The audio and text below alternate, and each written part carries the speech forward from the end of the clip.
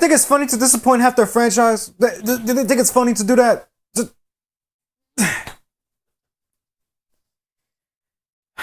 You know, guys, I haven't talked about sports in this channel for a good while because the last time I did that, nobody cared. And here we are now, where I am legally just more frustrated over a copyright strike over the fact that this football team is really starting to annoy me for no apparent reason at all, but just to annoy half their fan base. Seriously, what the hell happened? In pure honesty, what the hell happened?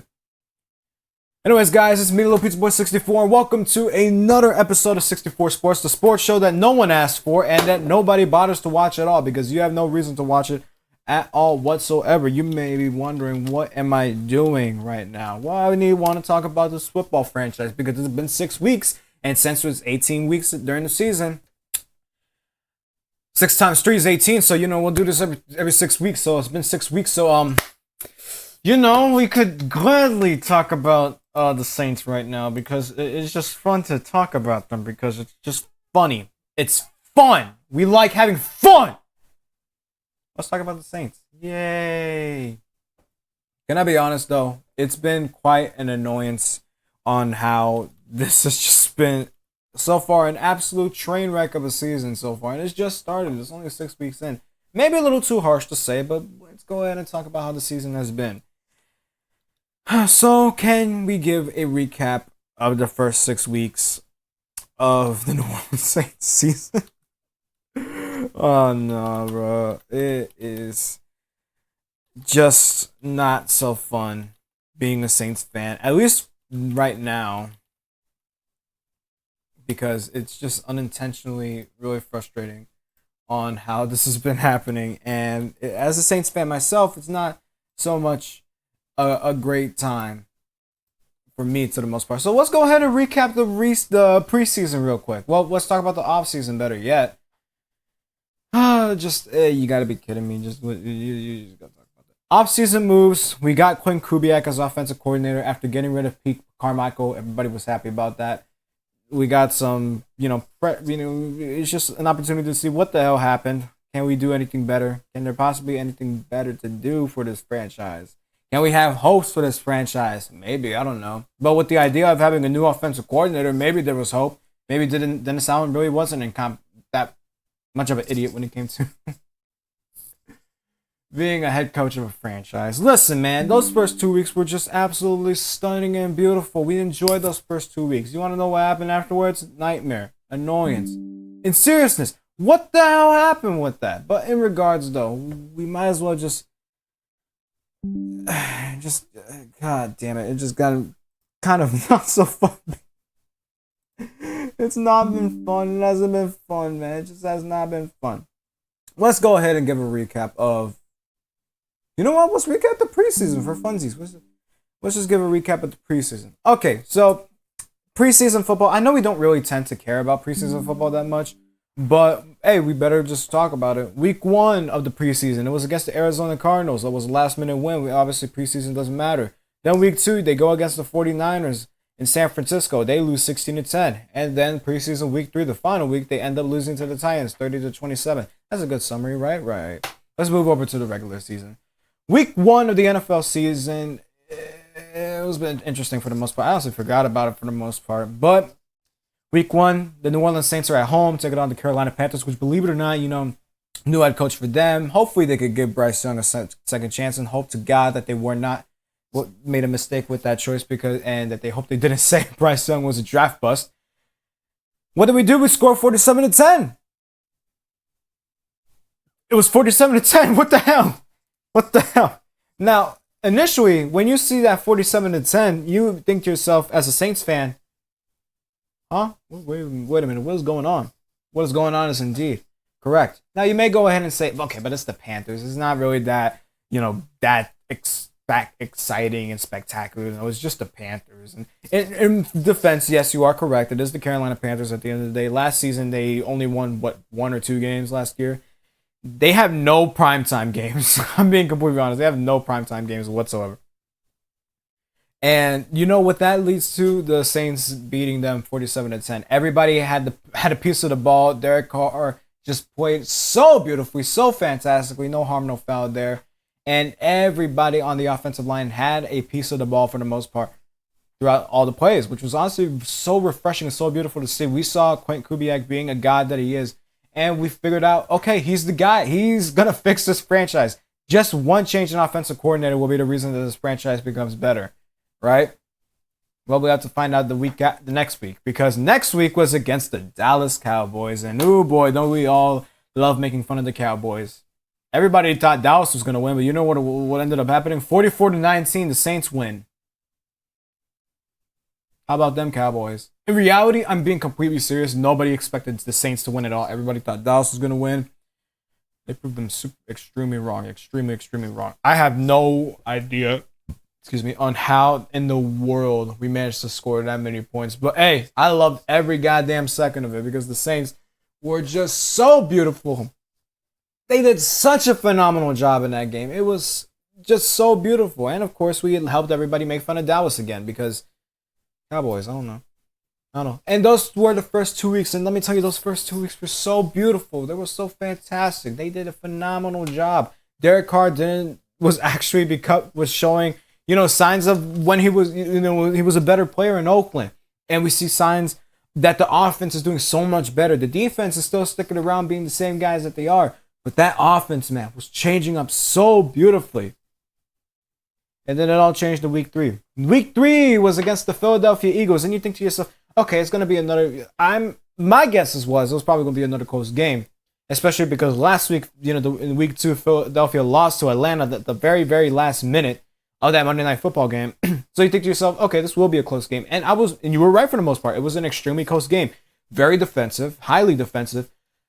But then the end of the game happened, and the Saints allowed the Eagles to just score a touchdown at the end of the game, and then they end up losing 15-12. Honestly, I was a little frustrated by that game because for the most part, it was just mostly an annoyingly good Philadelphia team. And in that regard, like, it's not that much of the end of the world, at least for me, because it's just one loss. And we've seen how this offense plays, but the problem was we started to see some of those injuries pile up. I don't know if I'm holding this. We started to see some of those injuries pile up, which might have been an issue for the most part, but it didn't really seem like it was going to be that much of an issue, right? But then we move on to week 4. It's the good old-fashioned Southern football rivalry of the New Orleans Saints and the Atlanta Falcons. This time we're playing in Atlanta, and oh god, that we have oh god damn it. Look.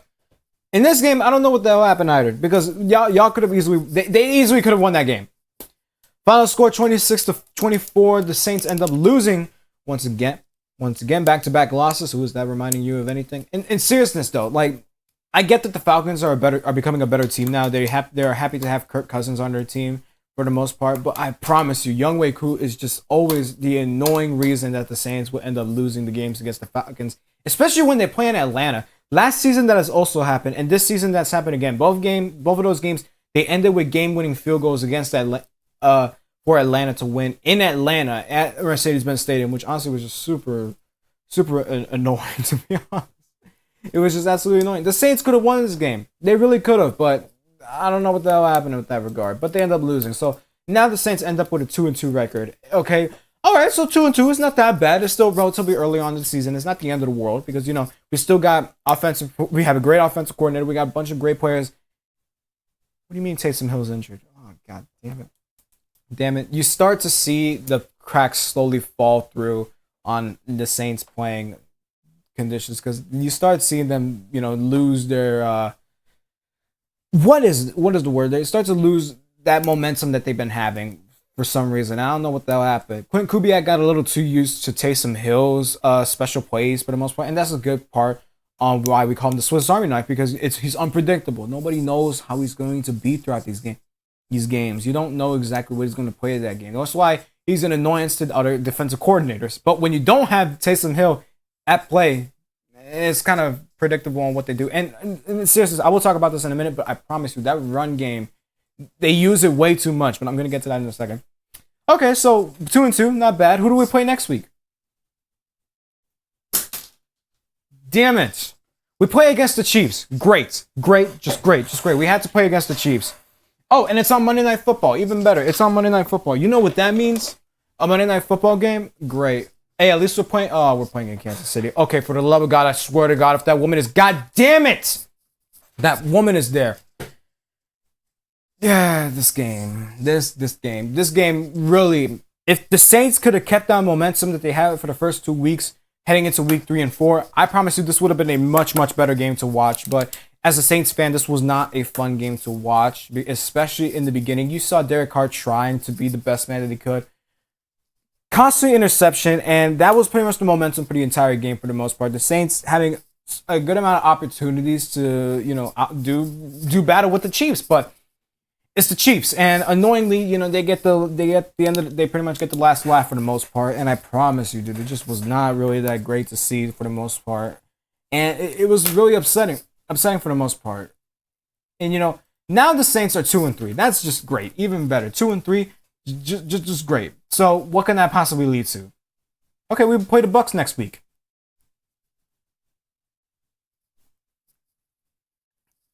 How do you mess that up? Okay, so then also Tampa Bay is relatively a good team. The NFC South is starting to become a good team again. For the most part, I don't know what the hell happened. The first two, the Buccaneers start scoring off 14-0, and then the Saints they decide to answer by scoring out of 20 points out of nowhere. And then it becomes this high, like this back and forth between these two teams. You start to see the scruffage. You start to see everything go down. And then the Saints just let it go. They're just like, just take the ball. Tampa, do what you want. Take the ball. Score 51. You know what happens? They score 51-27. Are you kidding me? So now the record is 2-4. And to give it a good summary, the Saints, they did so good at the beginning. Right now they're standing at 2-4 after 6 weeks. And we already knew about this. Their first 2 games, they opened with very, very promising wins because you saw 90 points combined. People were comparing them to the 2009 Saints, the same Saints that won the Super Bowl. They were comparing this 2024 team to the 2009 Saints. And then they haven't done good since. Once they started doing those comparisons, they see the season opened with those promising wins, but then they struggled. And they lost 4 games in a row. And look, one major issue I'm not going to even deny about this, it has been injuries. And right now it's with Derek Carr being the main guy injured. And we got there's a bunch of other players as well. And, Derek Carr was injured by the end of week 5, like near the final few minutes of the week 5 game against Kansas City.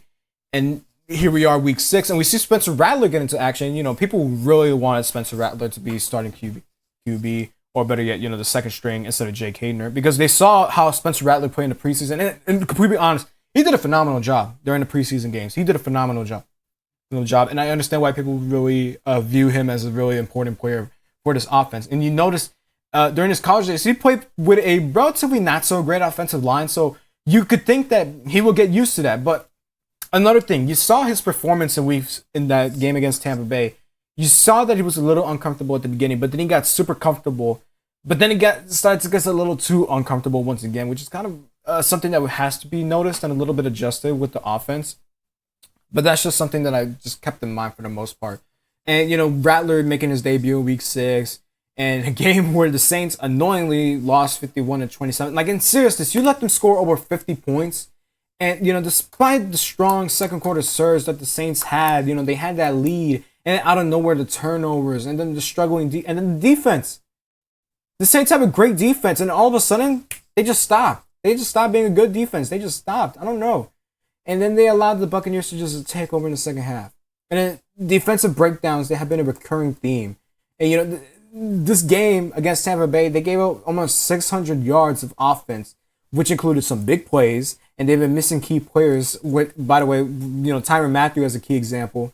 And then in the offense, they gotta stop with the run game because they do that way too much because it's so predictable. It's so predictable. You try to have Kamara run, it does not work because their offensive line is not helping out to give Kamara more space to run forward.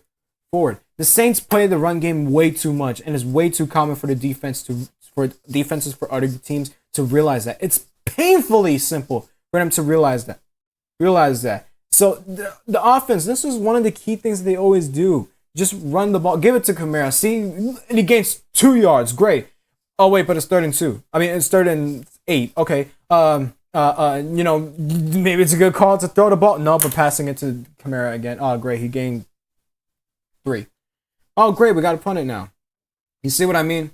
Kamara has been a bright spot offensively. He's been contributing to the rushing and the receiving performance. But I promise you, that team has had difficulty maintaining consistency.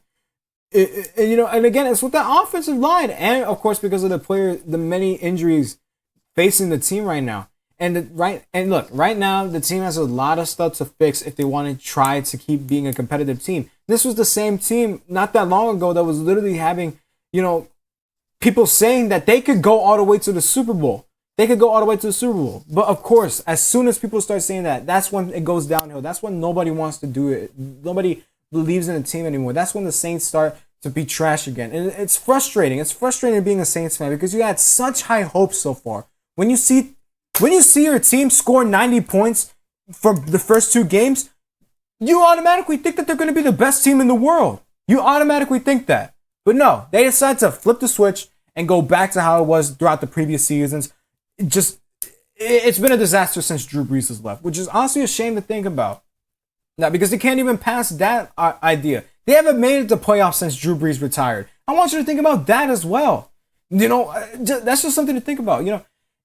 Please, all you have to do is just, goddamn it, stabilize the offense, make it better. You can't.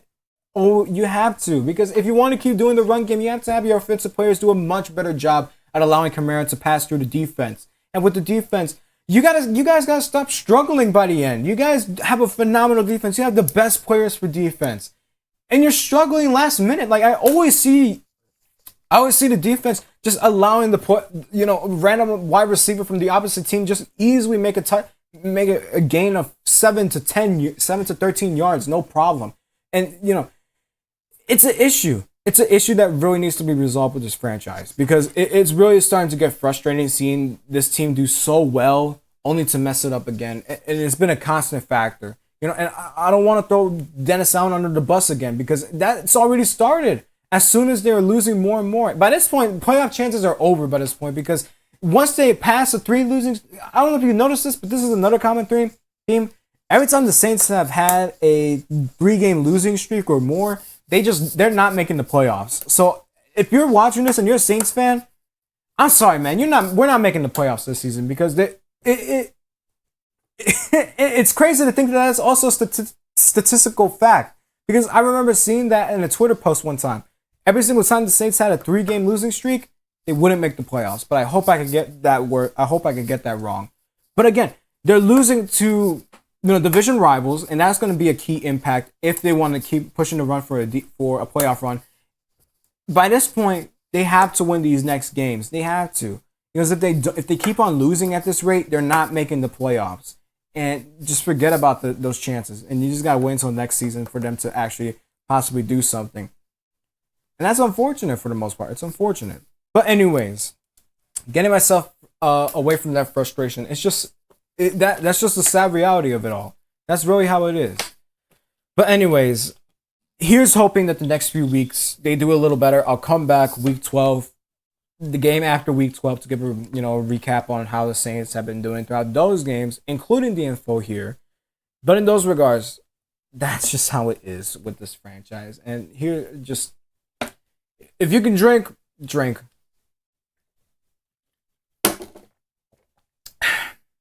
See you guys next time. Damn it. Just damn it.